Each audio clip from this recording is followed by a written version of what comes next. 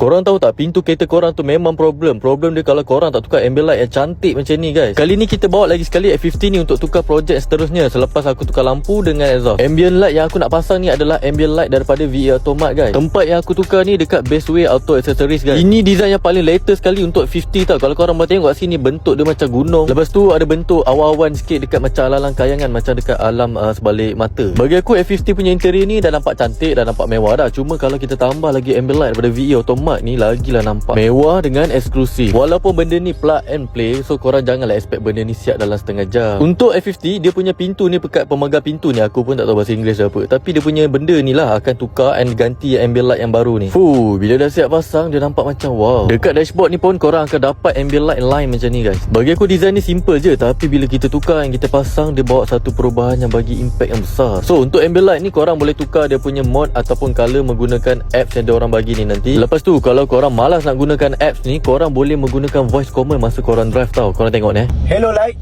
I'm coming. turn off. Okay. Hello light, I'm coming. turn on. Okay. Hello light, I'm coming. color control blue.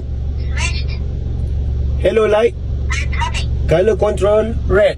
Switched.